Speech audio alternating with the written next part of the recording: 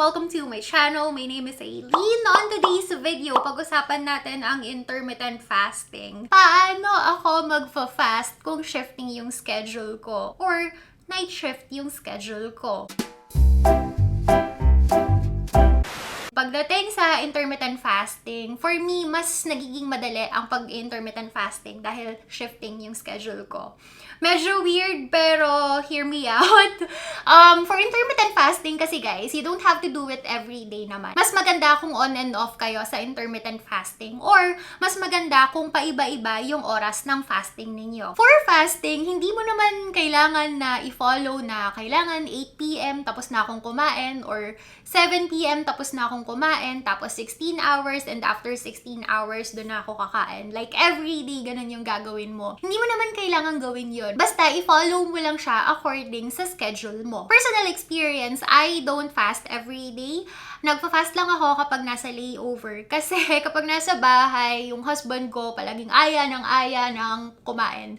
Kasi ano siya one meal a day yung ginagawa niya. So kapag nasa bahay siya, time na niya para kumain. Tas ako naman, iba rin yung schedule ko. So, yun, medyo magulo. So, ang pinakamaayos na fasting ko lang talaga is kapag nasa layover, kagaya nito ngayon. Last meal ko palagi is yung pagkain na kinain ko during the flight. And pagkadating sa hotel, natutulog ako or kung ano man yung gagawin ko. The following day, sometimes nagbe-breakfast ako, sometimes tuloy-tuloy yung fasting. Kasi sometimes talaga natutulog ako ng 15 to 16 hours. So, ganun lang kasimple, ina-adjust ko lang yung fasting ko. Sometimes pa nga 12 hours lang yung fasting na ginagawa ko. Hindi ko masyadong pinapahirapan yung sarili ko, basta nag-crave na ako or nagugutom na ako, kumakain na ako. Kunwari, sa call center ka nagtatrabaho, ang umaga mo is gabi, ang gabi mo is umaga, then fast ka kapag katapos ng shift. Let's say, ang pinaka-last meal mo is yung lunchtime mo sa office. Yun yung pinaka-last meal mo, yung lunchtime mo. Tapos, pwedeng magko-coffee ka na lang ng magko-coffee, pero syempre black coffee. And siguro naman meron ka pang remaining na, let's say, 4 hours or sabihin na natin na 3 hours bago ka mag-out. So, at meron ka na agad 3 hours na fast.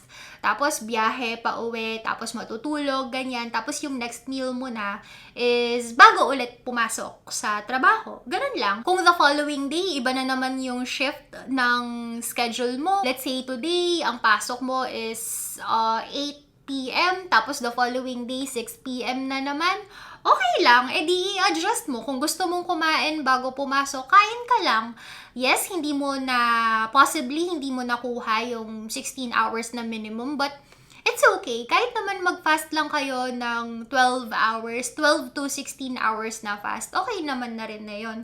Enough na rin naman yun. Kaya lang, minimum 16 hours kasi para medyo makuha natin yung optimum result. Pero kahit 12 to 15 hours lang, malaking tulong pa rin yun. And wag kayong masyadong mag-guilty kung hindi kayo everyday nakakapag-fast kasi okay lang naman yun. Mas maganda nga yun kasi ang pinaka-benefit ng intermittent fasting, mas nakukuha natin kapag binibigla natin yung katawan natin. Basta mag-fasting lang kayo kung anong araw or oras pasok sa schedule. Ako, ang ginagawa ko since once a week, meron akong flight. Once a week lang rin akong nagfa-fast. Pero yung fast ko na yun, umaabot ng 30 hours. Kasi nga, during the layover, hindi ako kumakain. So, yun na yung pinaka-fasting ko. Sometimes, twice a week, meron akong flight. So, twice na 30-hour na fasting yung ginagawa ko. Pero hindi rin talaga siya ganun ka-strict. Kasi sometimes, kumakain din ako. Kaya sometimes, yung fasting ko sa loob ng isang buwan is less than 8 times lang talaga. Sometimes nga, twice lang eh. Which is okay pa rin. Kasi kapag nag-fast ako, yung katawan ko magugulat. Kaya ayan na naman yung mga magagandang benefits ni intermittent fasting. So for you, shifting schedules, basta adjust mo lang siya sa pabago-bago mong schedule. Basta para maging sobrang dali na lang, pag nasa work ka, yung pinaka-last meal mo is yung lunchtime. After nun, wag ka nang kakain ng kahit na ano. Inom ka na lang ng herbal tea, inom na lang ng black coffee or apple cider vinegar. Tapos hanggang sa makauwi ka na ng bahay, makapagpahinga ka na, matulog ka na, tapos pagkagising mo, dun ka na lang uli kumain. I always get this question nga pala na kapag ba natutulog ka Tapos, pasok pa rin ba yun or counted pa rin ba yun sa fasting? Answer, yes.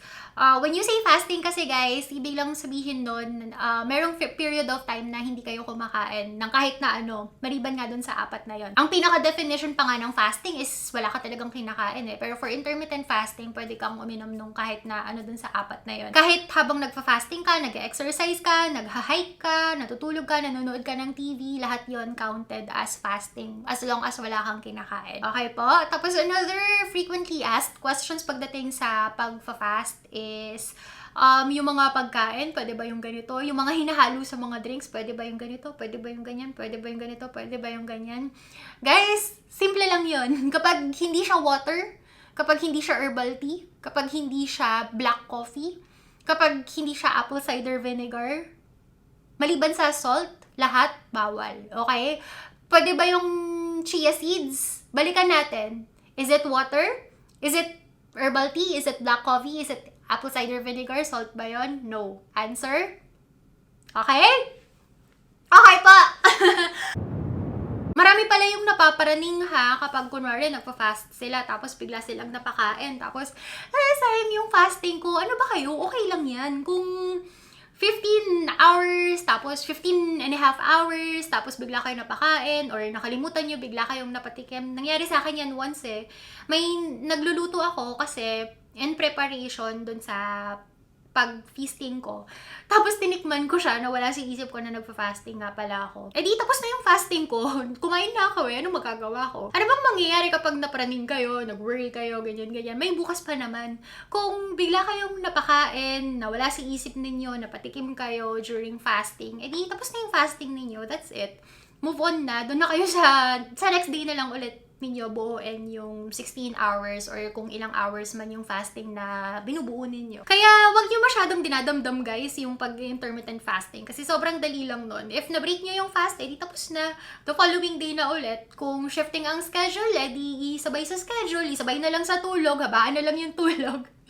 Ayun, ganun lang naman kasimple yun. And kaya hindi ko siya masyadong sinasagot kasi actually nasagot ko na yun before eh. Pero dahil sa sobrang dumadami na naman yung questions about this, okay, sige, gawan ulit natin ng video. Okay pa! So, thank you so much for watching and have a good day! Bye!